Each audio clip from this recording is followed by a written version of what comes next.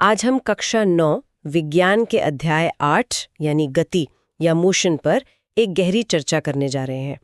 हमारे पास एनसीईआरटी पर आधारित कुछ बहुत ही साफ और सीधे नोट्स हैं और हमारा लक्ष्य है कि इन नोट्स के हर एक बिंदु को लाइन दर लाइन समझें, बिल्कुल वैसे ही जैसे एक टीचर क्लास में समझाता है। बिल्कुल।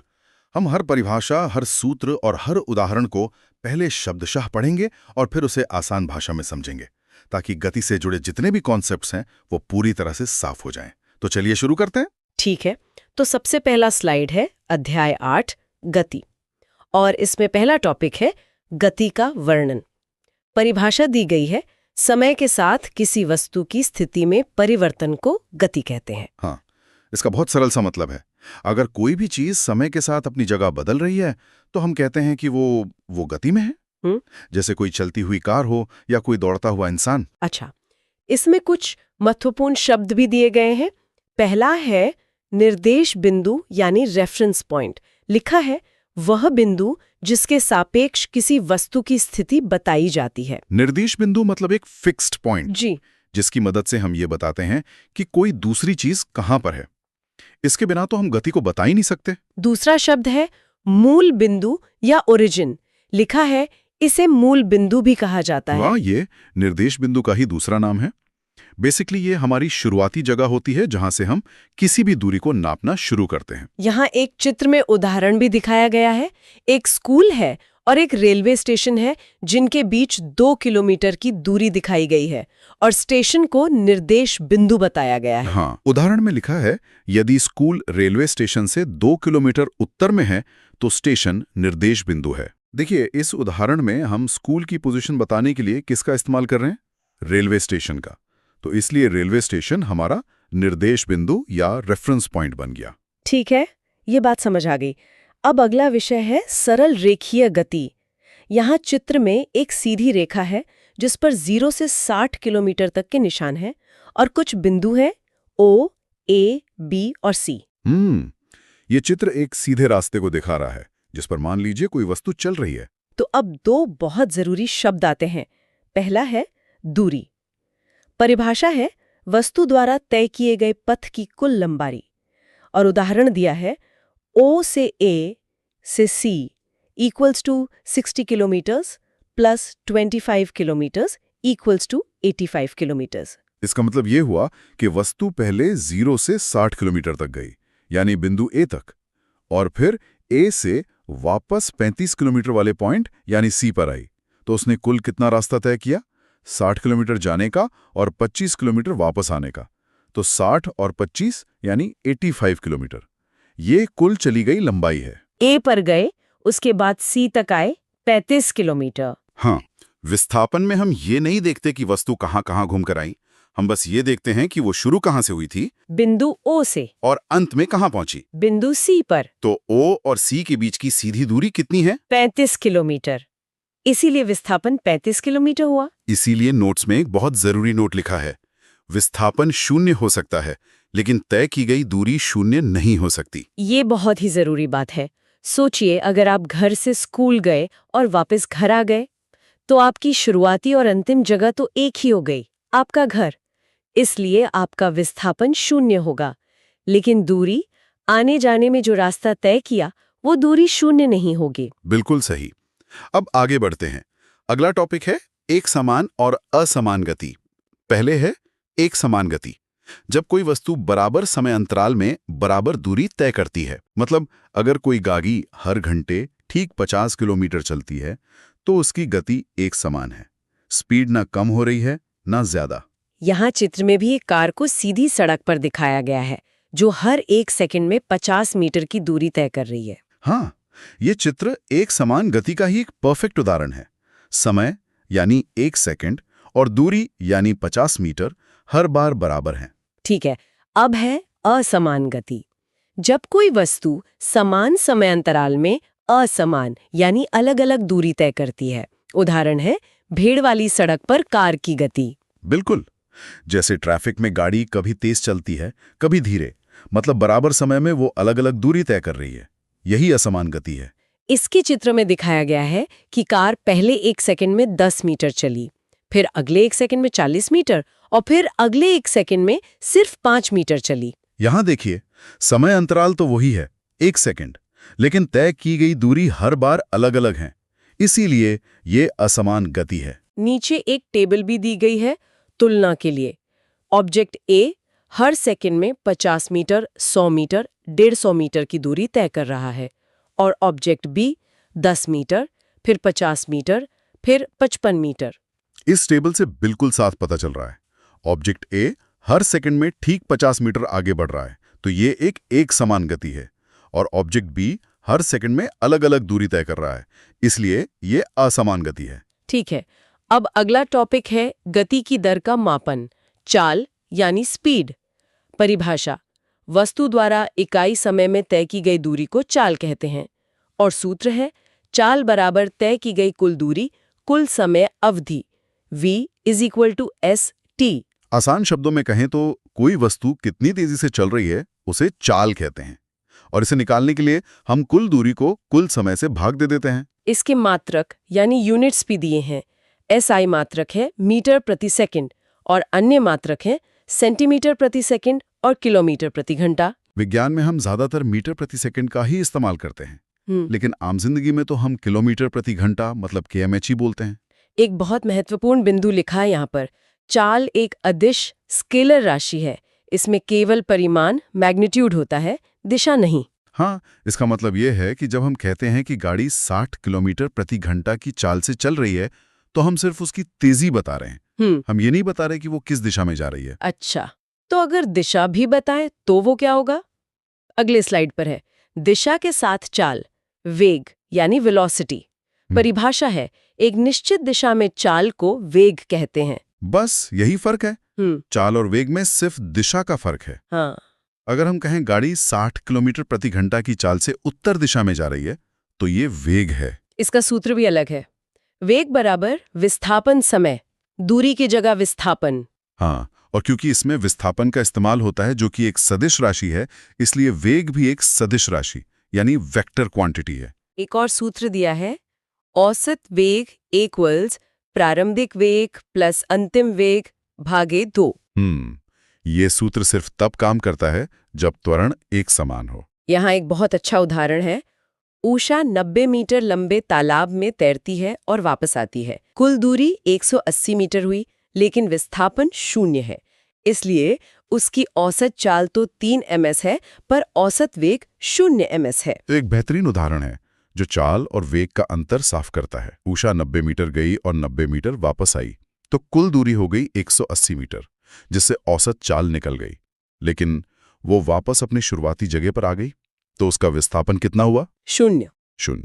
और विस्थापन 0 होने की वजह से उसका औसत वेग भी 0 हो गया। बहुत बढ़िया। अब आते हैं वेग में परिवर्तन की दर, त्वरण पर।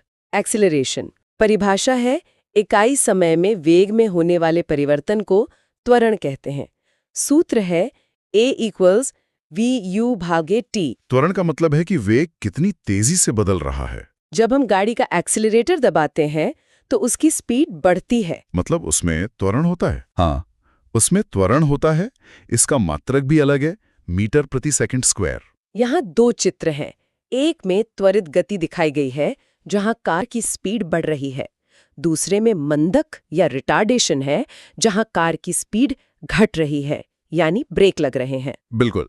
जब वेग बढ़ता है तो त्वरण पॉजिटिव होता है, और जब वेग घटता है जैसे ब्रेक लगने पर, तो त्वरण नेगेटिव होता है। इसी नेगेटिव त्वरण को मंदन या रिटार्डेशन भी कहते हैं। चलिए अब गति को ग्राफ के जरिए समझते हैं। पहला है गति का ग्राफीय प्रदर्शन 1 यानी दूरी समय ग्राफ। यहाँ 2 ग्राफ है। पहला एक समान चाल का है जिसमें एक सीधी रेखा है। दूरी समय ग्राफ में अगर सीधी रेखा है तो इसका मतलब है कि वस्तु बराबर समय में बराबर दूरी तय कर रही है, मतलब उसकी चाल एक समान है। और दूसरा ग्राफ असमान चाल का है जिसमें एक घुमावदार रेखा है। ये घुमावदार रेखा बताती है कि वस्तु की चाल बदल रही है, वो बराबर समय में अलग अलग दूरी तय कर रही है। और यहाँ एक नियम लिखा है, दूरी समय ग्राफ की ढाल यानी स्लोप चाल बताती है। हाँ, ग्राफ की ढलान जितनी ज्यादा खड़ी होगी, वस्तु की चाल उतनी ही ज्यादा होगी। हम इस ढलान को S2 S1 और T2 T1 सूत्र से निकाल भी सकते हैं। ठीक है, अब दूसरा ग्राफ है गति का ग्राफीय प्रदर्शन 2 यानी वेग समय ग्राफ। पहले ग्राफ में एक समान गति दिखाई गई है जिसमें समय अक्ष के समानांतर एक सीधी रेखा है। वेग समय ग्राफ में सीधी समानांतर रेखा का मतलब है कि वेग बदल नहीं रहा है, मतलब त्वरण शून्य है। और इस ग्राफ के नीचे के क्षेत्रफल को विस्थापन बताया गया है। ये बहुत महत्वपूर्ण बात है। वेग समय ग्राफ के नीचे का जो भी क्षेत्रफल होता है वो वस्तु द्वारा तय किए गए विस्थापन के बराबर होता है। दूसरा ग्राफ एक समान त्वरण का है जिसमें ऊपर की ओर जाती एक सीधी रेखा है। ये रेखा दिखाती है कि वेग जो है वो समय के साथ एक बराबर दर से बढ़ रहा है, यानी त्वरण एक समान है, यूनिफॉर्म है। चलिए अब आते हैं सबसे जरूरी हिस्से पर, गति के समीकरण। ये सीधी रेखा में एक समान त्वरण के लिए है। पहला है वेग समय संबंध v = u + at। हाँ, दूसरा समय स्थिति संबंध s = ut + ½ at²। और तीसरा वेग स्थिति संबंध 2as = v²u²। ये तीन समीकरण गति से जुड़ी लगभग हर गणना के लिए बहुत जरूरी हैं। इनमें u प्रारंभिक वेग है, v अंतिम वेग, a त्वरण, t समय और s दूरी या विस्थापन। तो अब एक उदाहरण देखते हैं। एक न्यूमेरिकल है। प्रश्न है, एक ट्रेन विरामावस्था से शुरू होकर 5 मिनट में 72 किलोमीटर प्रति घंटे का वेग प्राप्त करती है। ठीक है, इस प्रश्न में हमें त्वरण और तय की गई दूरी निकालनी है। तो स्टेप 1 में जो दिया है वो लिखा है u = 0 क्योंकि ट्रेन विरामावस्था से शुरू हुई, v = 72 किलोमीटर प्रति घंटे जिसे 20 ms में बदला गया है, और t = 5 मिनट जिसे 300 s में बदला गया है। हाँ, सबसे पहला और जरूरी काम यही है, सभी मानों को SI मात्रक में बदलना, किलोमीटर प्रति घंटा को मीटर प्रति सेकंड में और मिनट को सेकंड में। स्टेप 2 में त्वरण निकाला गया है।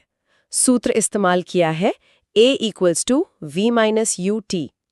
तो a = 20 - 0 300। ये हुआ 115 मीटर्स पर सेकंड स्क्वायर। यहाँ हमने गति के पहले समीकरण का इस्तेमाल करके त्वरण का मान निकाल लिया। और स्टेप 3 में दूरी निकाली है। सूत्र है 2as = v² - u²। गणना करने पर s का मान 3000 मीटर यानी 3 किलोमीटर आया है। बिल्कुल, दूरी निकालने के लिए हमने गति के तीसरे समीकरण का उपयोग किया और हमारा उत्तर आ गया। बढ़िया। अब हमारा अगला और आखिरी विषय है एक समान वृत्तीय गति, यूनिफॉर्म सर्कुलर मोशन। परिभाषा है, जब कोई वस्तु वृत्तीय पथ पर एक समान चाल से चलती है तो इसे एक समान वृत्तीय गति कहते हैं। यानी स्पीड तो एक जैसी है लेकिन रास्ता गोल है, जैसे घड़ी की सुई की गति या किसी मोड़ पर एक ही स्पीड से घूमती कार। यहाँ एक सवाल पूछा गया है, त्वरित गति, और जवाब है हाँ। आगे लिखा है, भले ही चाल समान है लेकिन दिशा लगातार बदल रही है, इसलिए वेग बदलता है और त्वरण होता है। ये थोड़ा कंफ्यूजिंग है, चाल समान है फिर त्वरण कैसे? ये बहुत ही अच्छा सवाल है और ये एक बहुत ही रोचक बात है। देखिए, क्योंकि वस्तु गोल घूम रही है तो हर पल उसकी दिशा बदल रही है। अच्छा। और हमने पढ़ा था कि वेग में सिर्फ मान नहीं, दिशा भी होती है। तो अगर दिशा बदल रही है मतलब वेग बदल रहा है, और जहां वेग में परिवर्तन होता है वहां त्वरण जरूर होता है। इसीलिए एक समान वृत्तीय गति एक त्वरित गति है। वाह, ये तो बहुत ही दिलचस्प है। अब एक एक्टिविटी है जिसमें धागे के छोर पर पत्थर बांधकर घुमाने के लिए कहा गया है और लिखा है कि अगर धागा छोड़ दिया जाए तो पत्थर वृत्त की स्पर्श रेखा यानी टेंजेंट की दिशा में चला जाता है। हाँ, चित्र में दिखाया भी गया है कि एक व्यक्ति पत्थर घुमा रहा है। अगर किसी भी पॉइंट पर रस्सी टूट जाती है या छोड़ दी जाती है तो पत्थर उस पॉइंट से सीधी रेखा में उड़ जाता है, गोल नहीं घूमता। और निष्कर्ष ये है कि यह दर्शाता है कि वृत्तीय गति में दिशा हर बिंदु पर बदलती रहती है। यह एक्टिविटी यही साबित करती है कि हर बिंदु पर गति की दिशा अलग होती है, जो उस बिंदु पर खींची गई स्पर्श रेखा के साथ होती है। चलिए, अब कुछ रोचक तथ्य हैं। क्या आप जानते हैं?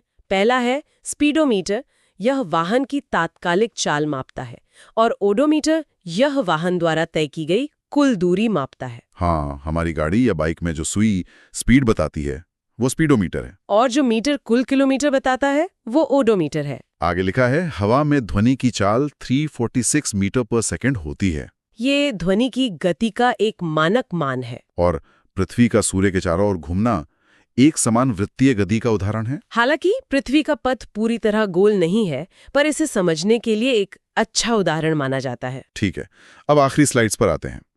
एक टेबल है जिसमें सभी मात्रक और परिभाषाएं एक साथ दी गई हैं। दूरी, विस्थापन, चाल, वेग, त्वरण, सबके मात्रक और प्रकार यानी अदिश या सदिश। ये टेबल तो पूरे अध्याय का सार है। इससे अदिश और सदिश राशियों के बीच का अंतर और उनके मात्रक याद रखना बहुत आसान हो जाता है। और अंत में आपने क्या सीखा? चैप्टर की समरी। इसमें सारे मुख्य बिंदु दिए गए हैं। गति की परिभाषा, दूरी विस्थापन का अंतर, चाल और वेग के सूत्र, त्वरण, ग्राफ और तीनों समीकरण। हाँ, ये इस अध्याय के सबसे मुख्य बिंदु हैं। परीक्षा के लिए इन्हें याद रखना बहुत जरूरी है। और आखिरी स्लाइड पर लिखा है, धन्यवाद और परीक्षा के लिए शुभकामनाएं। चलिए, बहुत बढ़िया। तो ये था गति पर हमारा विस्तृत सत्र। हमने गति की परिभाषा से लेकर उसके समीकरणों और ग्राफ तक, मुझे लगता है, हर पहलू को कवर कर लिया। बिल्कुल। और हमने ये भी देखा कि कैसे दूरी और विस्थापन या चाल और वेग जैसी मिलती जुलती लगने वाली चीजों में बहुत महत्वपूर्ण अंतर होता है। जाते जाते एक विचार छोड़ जाते हैं। हमने पढ़ा कि गति को बताने के लिए एक निर्देश बिंदु, एक रेफरेंस पॉइंट जरूरी है। तो क्या इसका मतलब ये है कि इस ब्रह्मांड में कोई भी चीज निरपेक्ष रूप से, मतलब एब्सोल्युटली स्थिर या गतिशील नहीं है? सब कुछ किसी न किसी चीज के सापेक्ष ही है। इस पर सोचिएगा। अगर आपको इसी तरह आसान भाषा में पढ़ना अच्छा लगता है तो इस चैनल को अभी सब्सक्राइब कर लीजिए। अगर आप सभी सब्जेक्ट्स के नोट्स चाहते हैं तो वीडियो के डिस्क्रिप्शन बॉक्स को जरूर चेक करें।